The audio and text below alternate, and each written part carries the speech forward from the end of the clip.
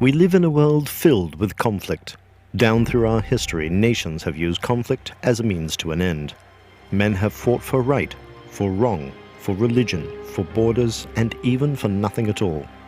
Every culture on Earth has been forged in a conflict over territory or ideals. In 6,000 years of recorded history, there have been more than 14,000 wars, and those are just the ones we know about, leaving countless millions of innocents maimed or homeless and many millions more killed. We have spent billions, even trillions of dollars building and designing for war, and the specter of war still looms over us.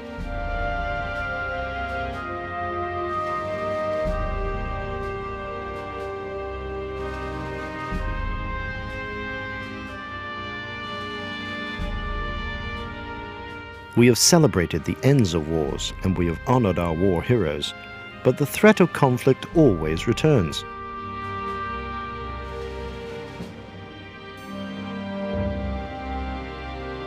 Our history is filled with seemingly innocent-looking men who preach lofty ideals and hide a true face of death and evil intentions.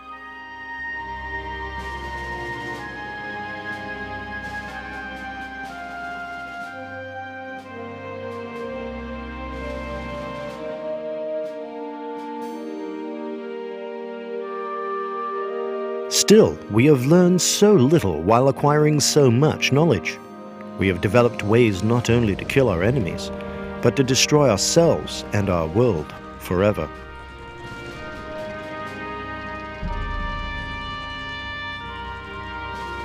The horror of combat has been replaced by mass murder from a very disconnected distance.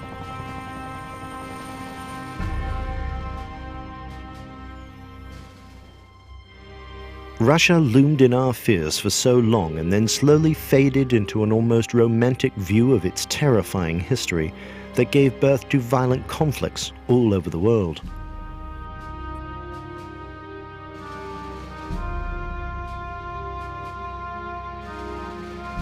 Vietnam, Korea, China, and Europe all felt the sting of evil that seemed to have no end.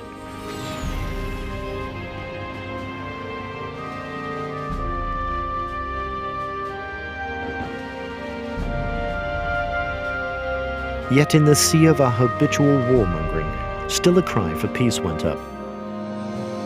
Today, protests continue everywhere, yet even those peaceful protests have the appearance of conflict. Is civilization destined to extinguish itself in the darkness of our mindless primal lust for violence? Surviving ourselves doesn't even seem possible. Yet in the middle of this sea of endless conflict, there is a cry for peace from the same species that constantly wages war against itself. Can we have peace? Or have we had the key to peace and lost it? Was there anything that could have saved us from all of this killing and destruction? An event that could save our world, not only now, but in the future?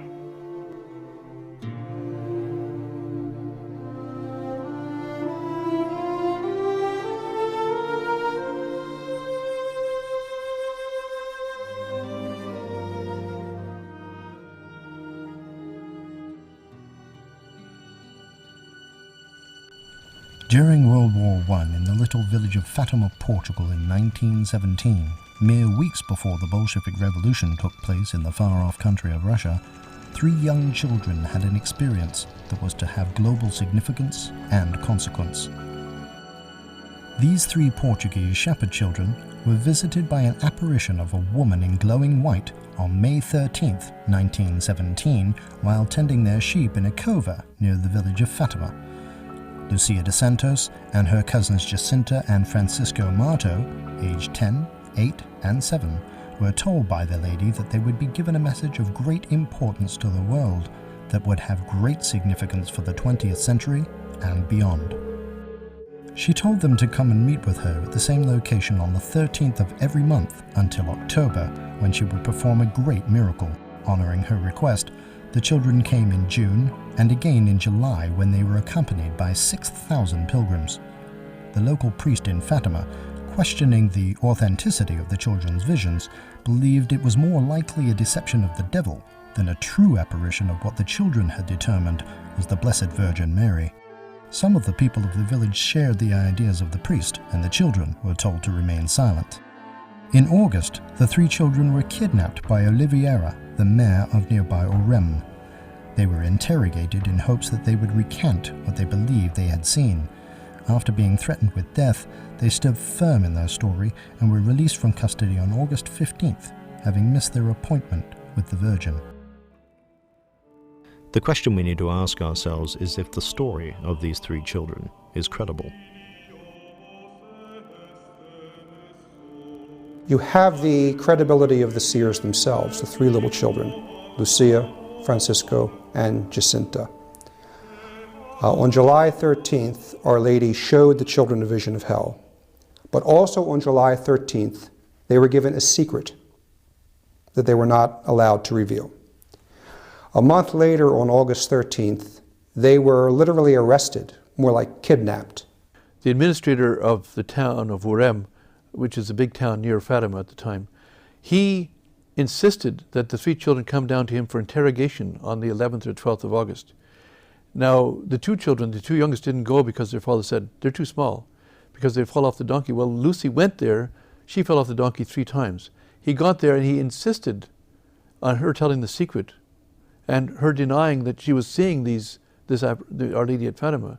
She would not do what he wanted. He threatened her with death even then. But on the 13th, the morning of the 13th, when the big crowd was there, about 15,000 people, the administrator came to Adrastrel, the little town where they lived near Fatima, and he said, I've changed my mind. I'm convinced. I want to be part of the apparitions. So he went there to the home of Jacinta and Francesco and had them join him in his car. He first went to the parish priest's house, and then from there, instead of driving to the site of the apparitions, he drove off in the direction of Urem. He kidnapped them under a pretext, under false pretenses. And he kept them in jail. First he brought them to his home, and then he kept them in jail for 2 days. And he offered them money, he offered them candies if they would just cooperate. They would not deny seeing Our Lady, they would not tell the secret. They were threatened with death. They were threatened with death. If you do not tell me the secret, you will be boiled in oil. Jacinta was 7 years old. They said, okay, we'll start with you. You're the youngest. You get boiled first. Or else you reveal the secret or you're boiled in oil. She said, no. You don't do that for a lie. Same thing with Francisco, the little boy. Tell us the secret or you'll be boiled in oil. I cannot tell the secret. I told the lady I would not. Little boys don't act like that when they're lying. You threaten a little boy with a spanking and it comes out, let alone being boiled in oil. Lucy was left. Her 2 cousins, as far as she was concerned, were dead. Not only dead, but killed in a horrible way. Reveal the secret or else. And although she didn't say this, but her response basically was, you just have to kill me with my cousins because I cannot reveal the secret. You don't do that for a lie. In September, the children again honored their responsibility to the lady, and they were accompanied this time by 30,000 pilgrims. With a great miracle promised for the month of October, the 3 children were accompanied by 70,000 witnesses to see the event that would later be known as the Miracle of the Sun. This spectacular event was witnessed and reported by various members of the secular press, giving international credence and recognition to the 3 children and to the message that they had received. The message was that the entire world would experience peace if the Rosary were prayed every day and if Russia were consecrated by the Pope and all his bishops to the Immaculate Heart of Mary.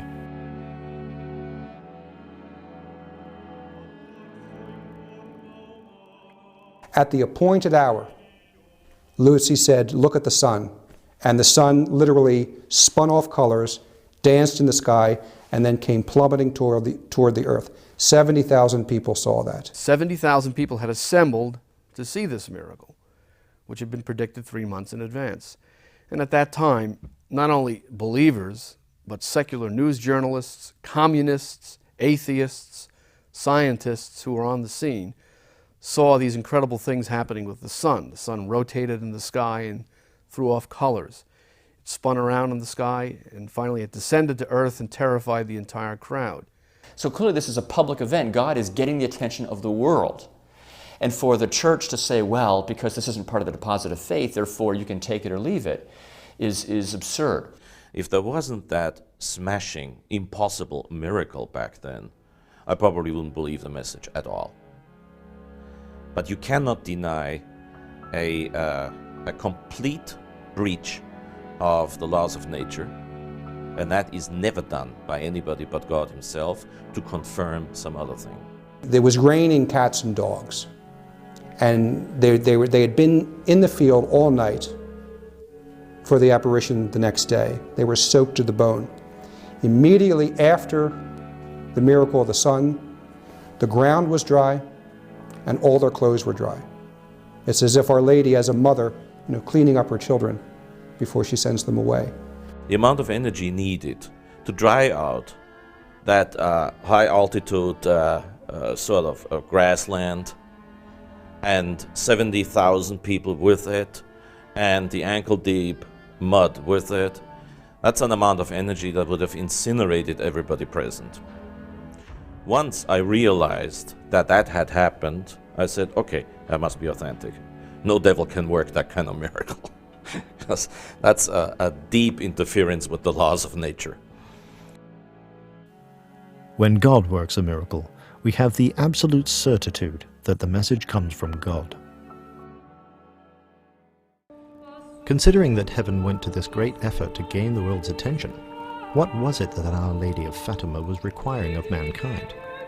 It was said that by Mary to Sister Lucia that the consecration of Russia had to be performed. Consecration, a ceremony to dedicate a person, place, or thing for a holy purpose. Mary came to Sister Lucia and said, now is the time for Russia to be consecrated. And if it is consecrated, there will be peace in the world as the nation of Russia is converted. And there was also a warning which said, if you don't do this, if you don't consecrate Russia, then the First World War that had ended is going to create another war, World War II. And there is going to be Russia spreading her errors throughout the world. And this is exactly what happened from 1929 through the rest of the 20th century. So Russia is seen as the focus of a crisis in the world, and the apparitions at Fatima were literally weeks before the Bolshevik Revolution, at a time when no one could possibly have known what this phrase, Russia's errors, would mean. She gave very simple and clear instruction. I cannot possibly understand how it would ever be a problem for a pope. She said, the Holy Father must consecrate Russia to my Immaculate Heart, together with the bishops of the world. And even though it seems in and of itself like an insignificant thing, in the eyes of the world, in terms of geopolitical clout, what can a bunch of bishops all praying a prayer together do to cause tyrannies to topple and empires to collapse? But that is what God does. He chooses the weak, the lowly, the insignificant things of this world to bring about this enormous effect. And that's what would have happened, and what will happen when the consecration is finally done by the grace of God. Do the Holy Scriptures support this idea of forewarning mankind of impending disasters? In the Bible, God is always sending prophets when His people begin to get off the straight and narrow path that God has laid out for them. And the purpose of a prophet is to call you back, to get you back on track. And God sends many prophets throughout the Bible, both Old and New Testament. But the quintessential prophet is the prophet Elijah, or Elias, as he's called in the Douay-Rheims Bible. And he is called by God to warn the people of Israel that if they do not turn back to the laws of Moses, that God will strike them with confusion and chaos and this just falling apart, this internal decay and collapse. And the Old Testament ends on that very note. Throughout the Old Testament, there are instances when the people of Israel would fail in their ritual or symbolic obligations. And the result of that was the fact that the Jewish people were exiled twice. The temple was destroyed. The Old Testament tells us that the failure to obey God's will in the end has to result in national or even international disaster. There is absolutely zero possibility of true and lasting world peace apart from this demand being obeyed exactly according to God's strict letter. God is very clear about it in the Bible. When He gives a covenant, when He gives a command, He wants it obeyed in just that way. And He will not let us substitute. When God said to the old people, His people in the Old Testament, you must bring such and such a lamb to me. It's got to be a lamb without blemish. If someone said, well, I will, it's too hard for me to get that. It's too inconvenient, but how about this instead? You can't bargain with God. You can't say, instead of this, can I do this? You can't have some sort of spiritual swap meet with God and try to dicker Him down to your terms. And so unless we do exactly what God has requested, no, there's no possibility of this at all. There must be submission to the Queen Mother in order there to be submission to her Son. Again, we honor Mary, we honor Jesus. It's a package deal. Does consecration work? Apparently it did in Portugal. On May 13th, 1931, there was that solemn religious procession at Fatima. 300,000 people there. And on that day, the Portuguese bishops solemnly consecrated Portugal to the Immaculate Heart of Mary.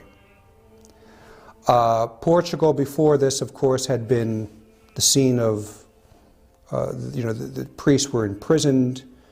There was the godless revolution.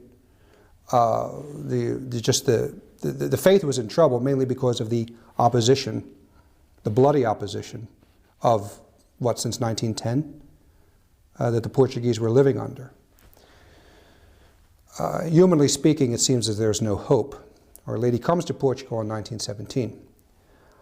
Then the bishops, taking the cue from Sister Lucy actually, consecrated Portugal to the Immaculate Heart of Mary.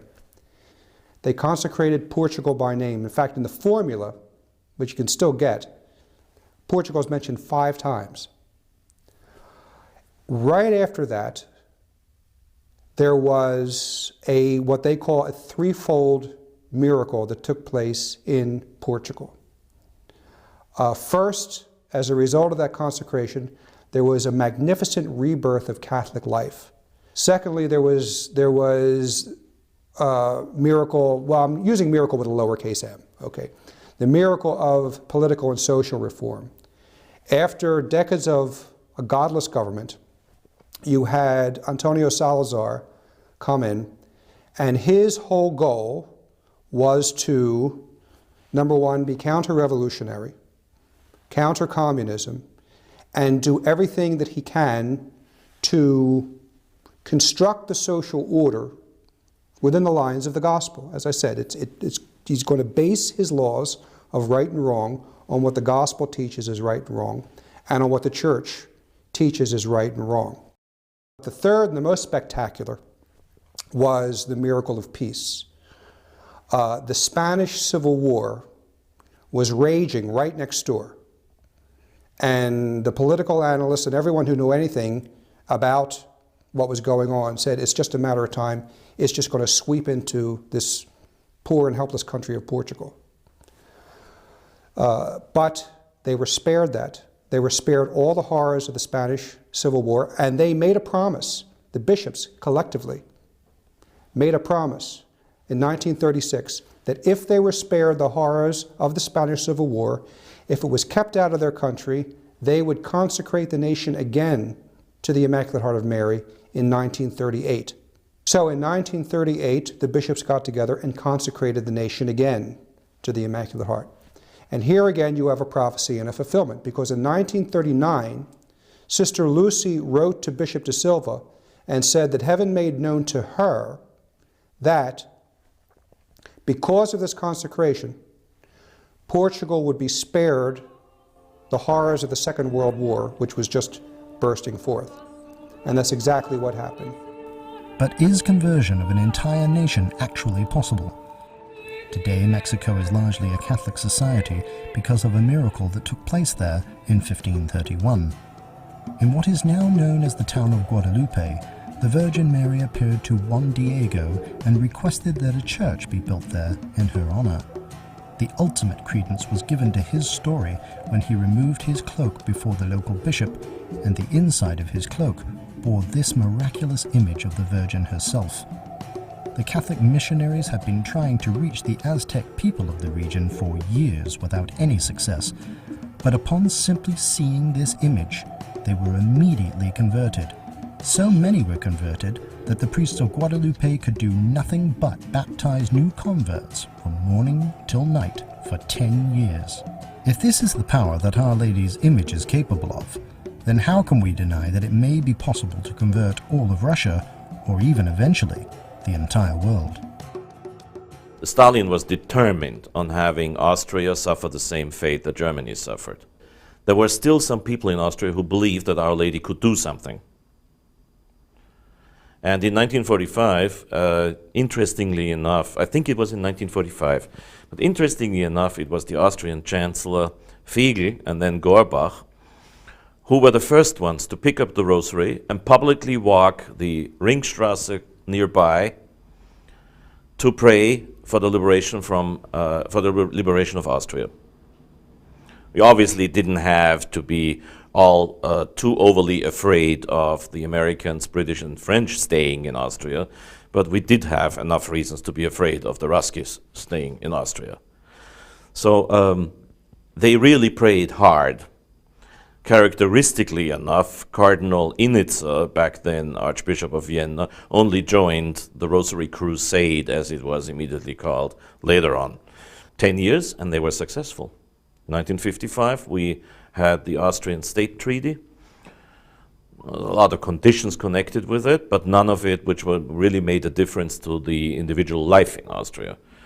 And October 26, 1955, which now since 1968 is a public holiday, officially the last occupation soldier pulled out of Austria. It's the only case in history where communism retracted. Not only retracted, but retracted without bloodshed, and the actual day that retraction began was on May 13th, 1955, the 38th anniversary of the first apparition of Fatima. Coincidence? The party line within the Vatican seems to indicate that the consecration of Russia has already taken place. There are people, tragically, who are unfortunately, not intentionally perhaps, part of the problem rather than part of the solution, who say that the consecration has already been done. But everybody has to admit that there was no global, public consecration of Russia to the Immaculate Heart of Mary done by the Pope and all the bishops in the world in union with him, which specifically, explicitly mentioned Russia by name. And if we do anything but exactly that, and that is what has been done, it has not been done exactly according to her prescription. And God, therefore, says, I'm not going to bring about the effect unless you do exactly what I say, because what God uses is our humility. And when we say, well, we'll do this instead because we won't get as much geopolitical flack if we don't mention Russia by name, then we're showing that we're still in control. We're still wanting to call the shots. We're saying we can handle this ourselves. And God says, I'm not going to bless that type of pride. I want that total abject surrender, that total humility that says, I will do exactly what you say, God. And again, the Bible is replete with examples of people who try to do something some other way, and it doesn't work. And only when they finally humble themselves and say, okay, we'll do it God's way, does then God bring about the supernatural result. Immediately after consecrating the world on March 25, 1984, while in prayer before the original statue of Our Lady of Fatima, Pope John Paul II made this request of her: enlighten especially the peoples of which you await our consecration and our confiding, indicating that the consecration had yet to be done. There is no question that John Paul II took the request for the consecration of Russia very seriously, even if, on the advice of others, he's attempted to do the consecration without a mention of Russia. And the obvious problem with this is that it's impossible to consecrate a place unless you mention the place. And this led a good friend of mine to say, well, it's getting ridiculous. Why don't they just have a ceremony to consecrate everything in the world but Russia? That's how perverse it's become. They've had a consecration of the world, of youth in search of meaning, of the unemployed, of the sick, of everybody and everything but Russia. After the 1984 consecration, Sister Lucy declared on various occasions that the 1984 consecration was not validly performed. It was not the consecration that Our Lady of Fatima had asked for. She mentioned this to a journalist by the name of Enrique Romero as she left the convent to cast her vote in the Portuguese election. She also declared quite explicitly in her interview with Sol de Fatima that appeared in 1985 that the consecration of Russia had not been done in the manner requested by Our Lady of Fatima. There was already a weakness on the part of the leadership of the Church in the 20th century that Pope St. Pius X warned about. And that weakness was tragically displayed by his successor, Pope Benedict XV, and by his successor, Pope Pius XI, Pope during the 20s, who similarly did not make the consecration requested by Our Lady. And by his successor, Pope Pius XII. Whatever wonderfully good things these popes did do, and they did some marvelous things, Pope Pius XI and Pius XII issued some very strong statements about the kingship of Christ. Pope Pius XI in his encyclical Quas Primas. Pope Pius XII had some strong and magnificent things to say. But on this all-important issue, on this touchstone of fidelity to God's prophetic program for the 20th century, they failed to meet this simple request, to do this simple act. And as a result, the Church was consigned by them to weakness, to impotence. The failure to consecrate Russia is important by virtue of what it symbolizes. It symbolizes an impotent, weak church, unwilling to wage war, unwilling to teach a mankind which has deserted God. It's a fearful church. What does Russia look like today? The condition of Russia is probably worse than it ever was. On the outside, they have some influx of capitalistic ideas and Western materialism, and it looks like, they're becoming like us. That in itself is another story, because if they're becoming like us, Americanism and Western mentality, they're on their way downhill, because we aren't very good ourselves. We have more decadence in this country than we've ever had. And we've been exporting that decadence to many countries in the Far East, Russia included. And as a matter of fact, as regards the Catholic Church, they have put a moratorium on the Catholic faith in Russia. Of all the religions in the world, Catholicism is the least represented in Russia. This includes Buddhism, Islam, all the major religions. As a matter of fact, there are no more Catholics in Russia today than there were in 1917 when the visions came to the three-child seers in Fatima. And that's out of a nation of 143 million people. We have less than 600,000 Catholics. So that tells you something. There's gathering opinion that Russia is on the verge of becoming an international criminal state under the regime of the so-called practicing Christian Vladimir Putin. Right now, the Vatican is openly and publicly protesting the persecution of the Catholic Church in Russia. Russia just conducted a military exercise simulating an attack on the United States. Russia is assisting Iran in its nuclear reactor program and refuses to cease and desist from that. So I think Russia is still spreading its errors throughout the world. They've already spread into Red China, which is shaping up to be a massive military threat to the world's security. So we're in a situation where I don't think we've gotten really a break. I think the break that the message is talking about is a profound period of worldwide peace. How long will it last? I don't know. Will we have the Garden of Eden on earth? Obviously not.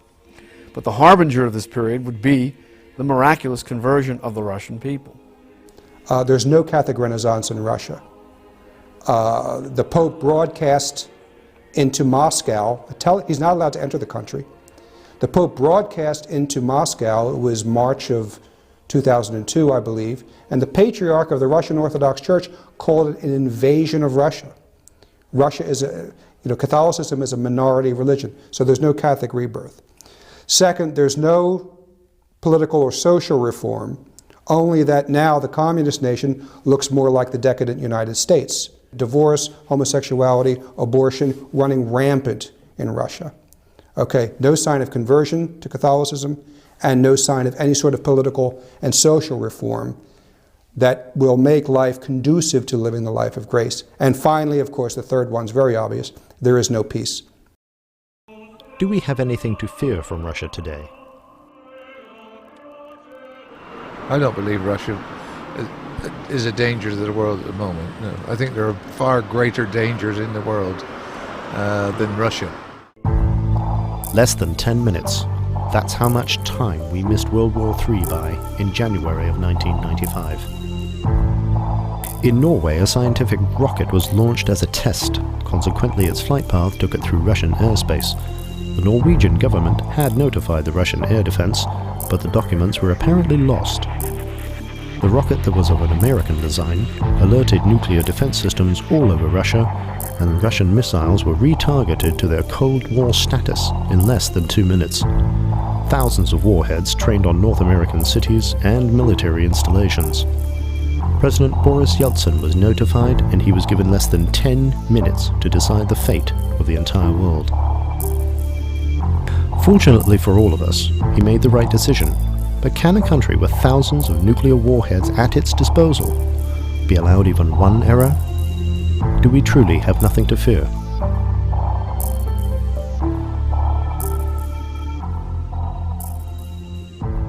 Anatoly Golitsyn was an ex-KGB agent who defected to the United States in 1961.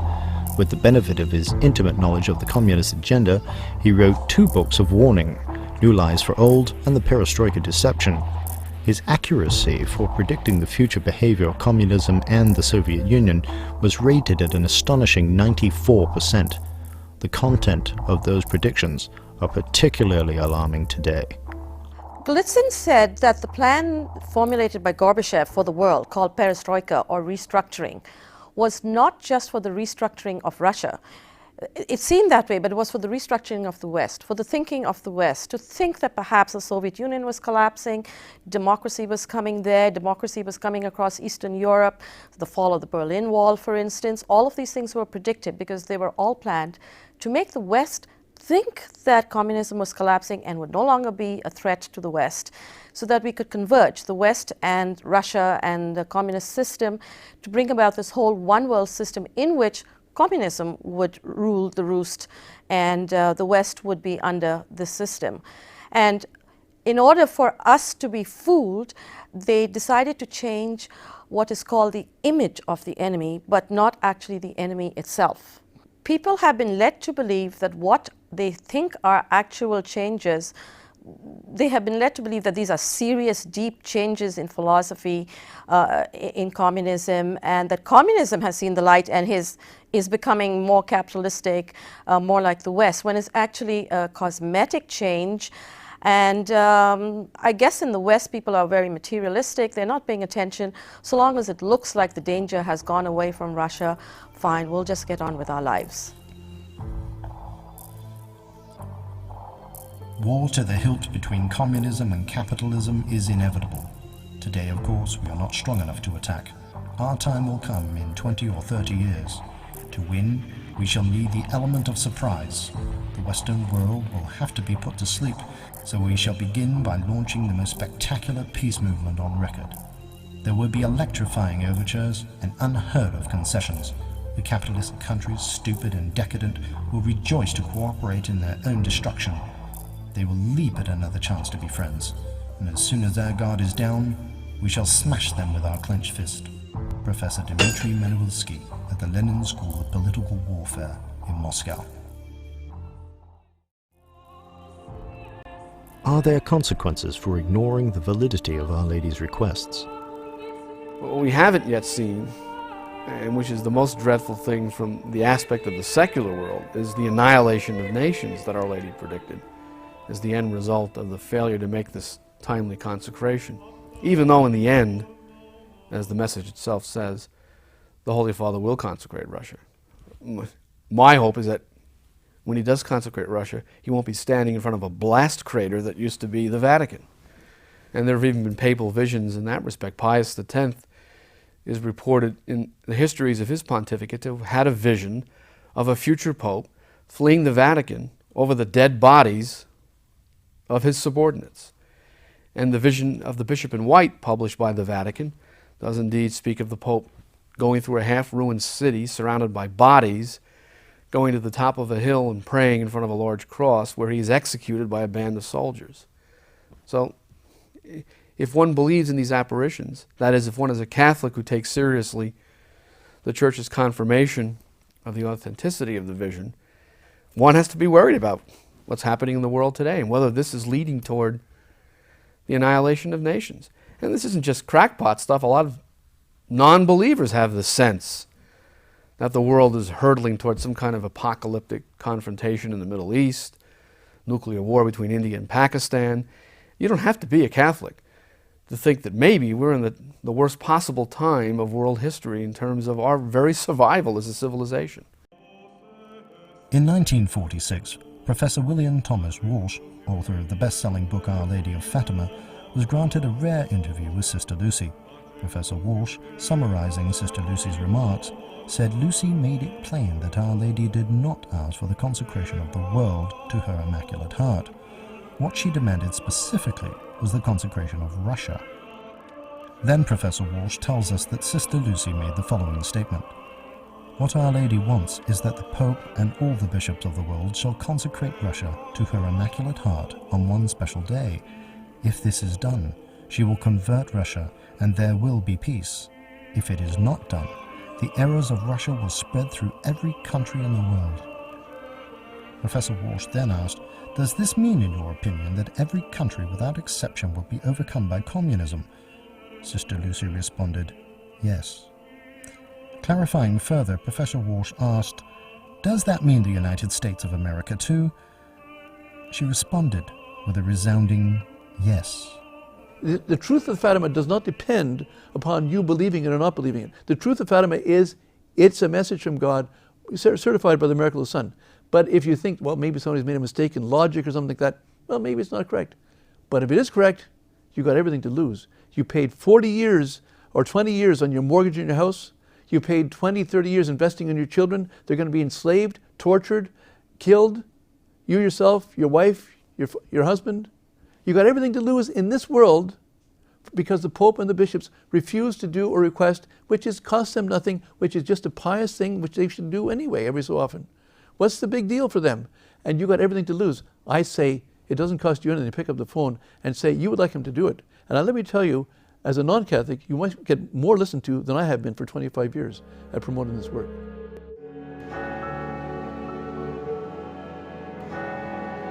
To this day, Russia has not been consecrated in the precise manner as commanded by God.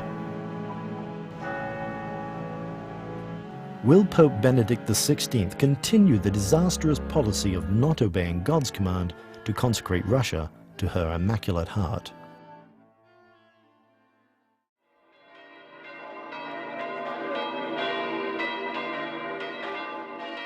There have been only 21 General Councils of the Catholic Church in 2,000 years.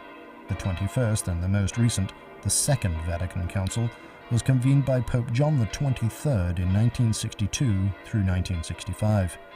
The sudden and continuous liberalization which followed the Council's conclusion in 1965 has led some to speak of a conciliar church whose new beliefs, attitudes, and practices are different from those of the one holy Catholic Apostolic Church of all time. In general, Fatima, I think, presents a scandal to the conciliar church because it takes faith and morals very seriously. The conciliar church is infected by relativism. I think that if you would take the errors listed and the various syllabi of errors composed by Pius IX and Pius X, that perhaps the contemporary church and its leaders would believe in many of them, as shocking as it may seem. Therefore, the stark faith of Fatima and its message that the wages of sin are most serious is something the conciliar church is very uncomfortable with. The consecration of Russia is part of the symbolism of the Fatima message.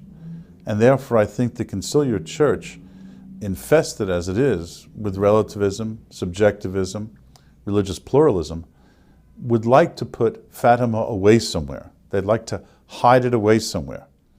And therefore either they ignore it or they'll say its message has already been accomplished in order, I think, just to play down Fatima in general. I think that there are powerful people in the Vatican who do not believe Our Lady of Fatima at all. They don't believe her, and they don't believe the message. And They have their own program. They have their own agenda. And that's why, and the message of Fatima is directly opposed to their own program. And so they have to get Fatima out of the way. But they can't say it publicly. It's like when our Lord was asked, asked the Pharisees, and he said to them, well, did John the Baptist, did he invent this baptism, or did God inspire him to do it? Our Lord's words were something more like this, did his baptism come from heaven, or did it come from man? And the Pharisees said to themselves, well, if we say it came from God, then he's going to ask us why we didn't do it. And so we can't say that. And if we say it came from man, but the people liked John the Baptist, so we can't say that either. So they said, we don't know. Similarly, Pharisees in the Vatican today don't believe that the message of Fatima comes from God. But they dare not say that to the public because they would be seen as not being reliable themselves and that they would not give their allegiance to them. So they pretend on the one hand to believe in it, but on the other side, they in fact fight it with all their might. One of the Pope's highest advisors has confirmed that the Pope was advised not to mention Russia specifically in any consecration ceremony because it would offend the Russian Orthodox hierarchy and be a setback to ecumenical dialogue, which is one of these things we've seen arise in the past 40 years that has caused so much confusion in the Church. So in this case, with this Pope, we have a specific proof that he's been told positively not to mention Russia for diplomatic and ecumenical reasons. I think the Pope fears that the consecration of Russia would give too much credence to traditionalist forces in the Church.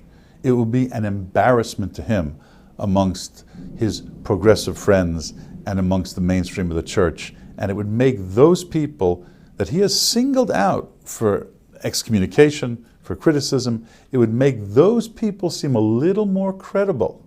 That's the last thing he wants. But I think that there has already been, at some level, an implicit surrender on the part of the leadership of the Church that does not jeopardize the Church's infallibility.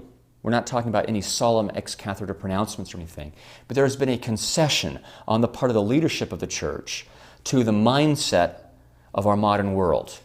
We need to speak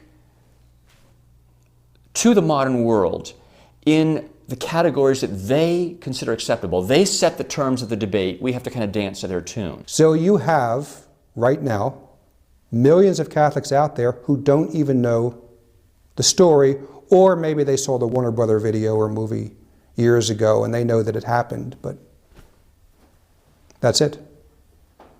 So I would say it's a failure of those in the upper echelon of the Church to give Fatima the importance that it deserves. So we know that something very strong is inhibiting those who are supposed to consecrate Russia from doing it. And the question is, what is that? And as Sister Lucia herself said, it's a diabolical disorientation, and I believe that is the case.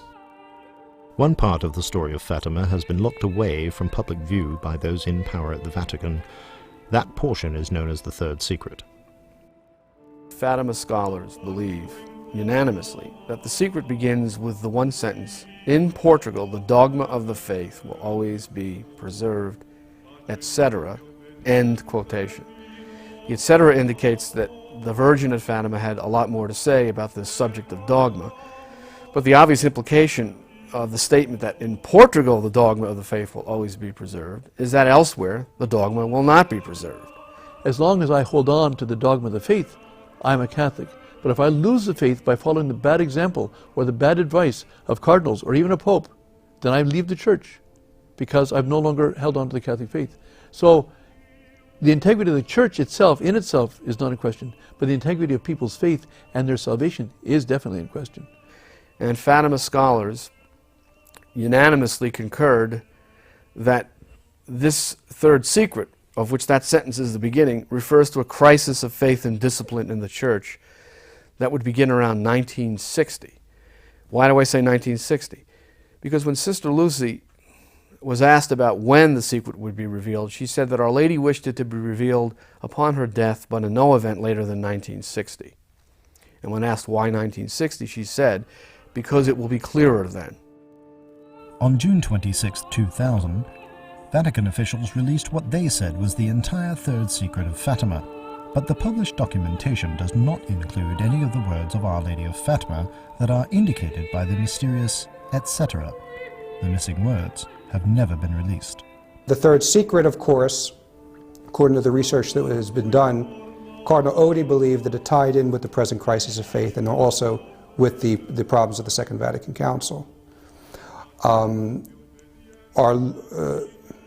Sister Lucy asked Our Lady, why not until 1960? And she said, because by then it'll be clearer.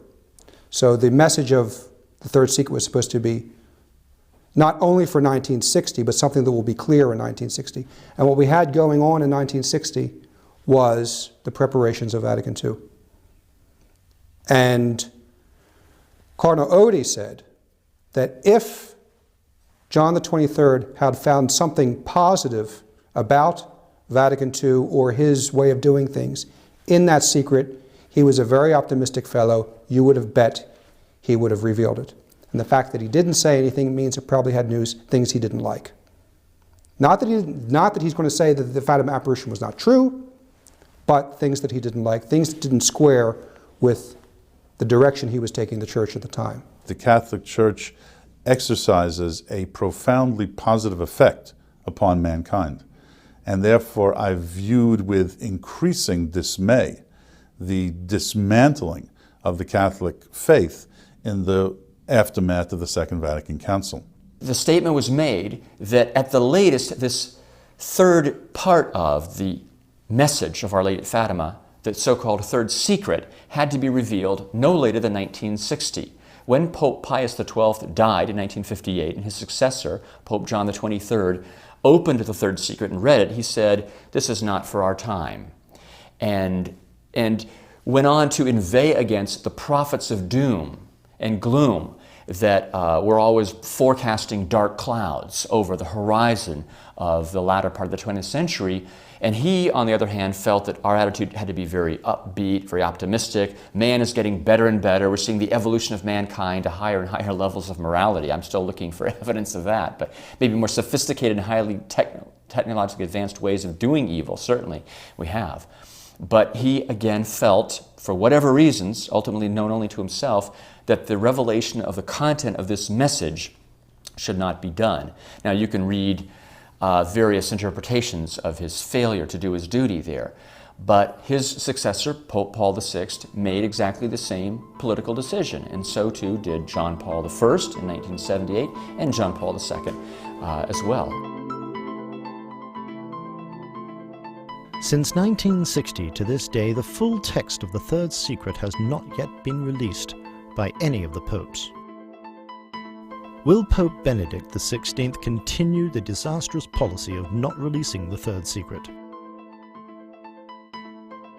Our Lady of Fatima said, "If my requests are granted, Russia will be converted and there will be peace.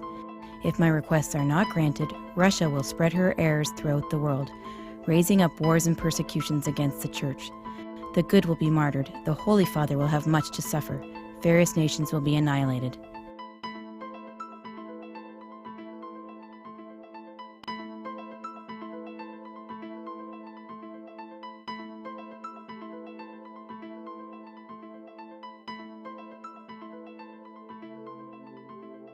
This is the world that we live in. We continue to fight. $798 billion spent in 1 year by third world countries for weapons, while their own people starve and live in fear.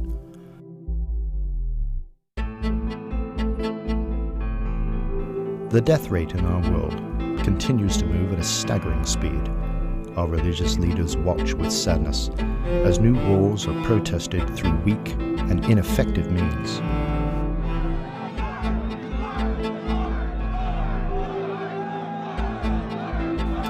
Conflict and the threat of conflict are the most common media images we see in every corner of the world.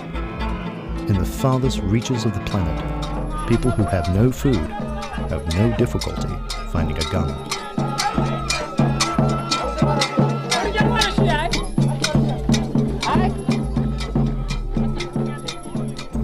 The United Nations waves the dove of peace over children who live in poverty. We fill our bellies from our plentiful resources, and send some of our leftovers to the starving millions. We have felt the sting of anger and hatred on our own soil, and have responded with anger and hatred in a cry for justice. For the loss of 2 buildings, we have seen the fall of 2 entire nations. Whether that is right or wrong is irrelevant. The truth is that the circle of violence is still unbroken.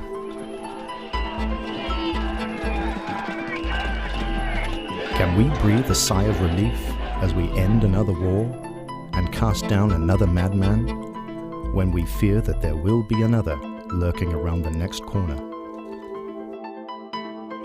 Peace has eluded us like the wind. We can touch it with our fingertips, but we cannot hold it in our hands. Peace and goodwill were offered to all mankind, but we have been such fools as to let it slip away.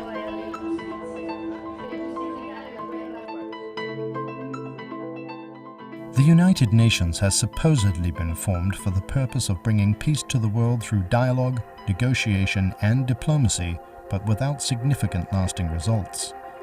Peace marches have been prolific in every corner of the world. The cry for justice and peace has been paraded through our streets with shouts against injustice, conspiracy, and warmongering from the mouths of people without power, without influence, and often even without credibility. Since the United Nations proves itself to be largely ineffective to bring peace, then how can we expect loosely organized peace rallies to bring true peace to our warring world?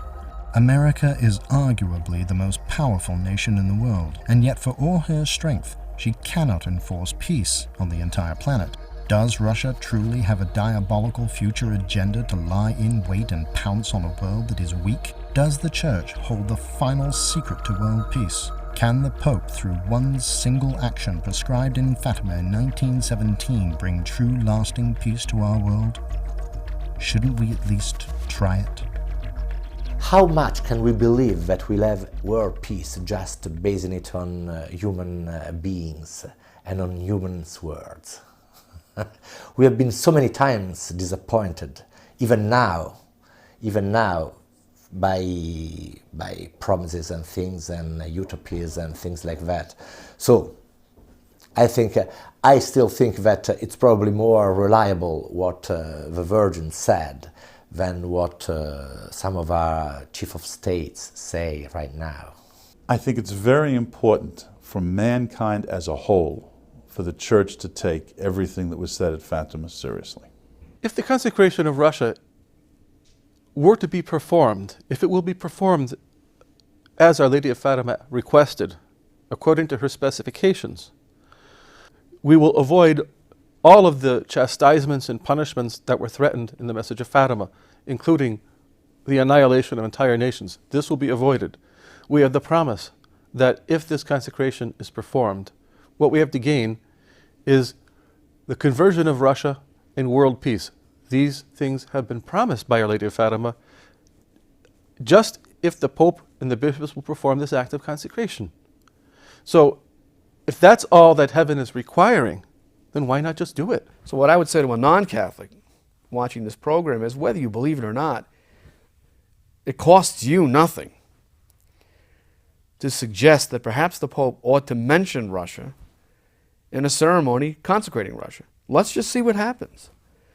The approach that I would take with a non-Catholic is, what have we got to lose? I don't think any reasonable non-Catholic would object to this ceremony being conducted if there was one chance in a zillion that it would produce world peace.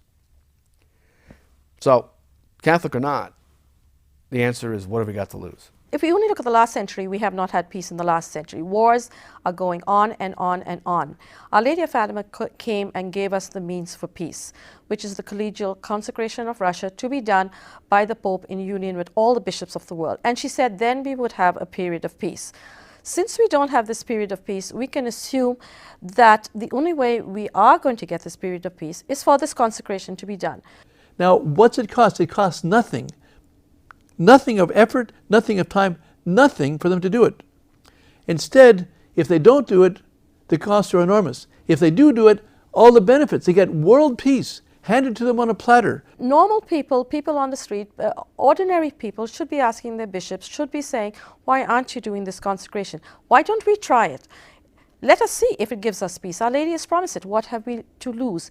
Go and work with the Pope, go and do the collegial consecration of Russia, and let's see if we get peace. We've tried everything else and it's not working. All mankind yearns for peace. People have always yearned for peace. But the notion that we can achieve peace without divine assistance is a grave error. Why not just try it? You've tried everything else. The United Nations doesn't work. Well, it's godless anyway. The peace treaties don't work. The papal visits don't work. He goes to the Holy Land and they say, oh yes, Holy Father, we'll live together in peace, and he leaves and pow, pow, pow, pow. Starts all over again. Papal trips don't work. Papal trips are much more expensive than just consecrating Russia to the Immaculate Heart of Mary and ordering all the bishops to do it in their cathedral. Doesn't even cost much. Just a letter sent out. You can do it by email, for goodness sakes. Why not just do it? I don't know. I don't know why they don't do it. There's nothing to lose and everything to gain. Our world seems to be spinning out of control. All solutions to the problem of world peace have failed, and the growing spectre of violence hangs over us all.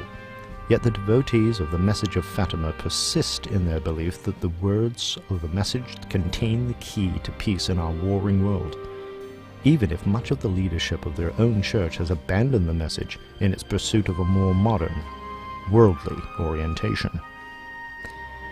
We are all aware of the bevy of apocalyptic prophecies concerning the future of humanity. Are we also aware that we are creatures of intelligence and choice? The millions of Catholics who still adhere to the message of Fatima in the midst of their troubled church insist that the choice for peace is as simple as a brief public ceremony prescribed by the Blessed Virgin and confirmed by an unprecedented public miracle. In a world gone mad, in which every avenue to true peace seems to lead to only further violence and bloodshed, these Catholics pose a challenge as simple as the message to which they cling. What have we got to lose by taking the Virgin's advice? You decide.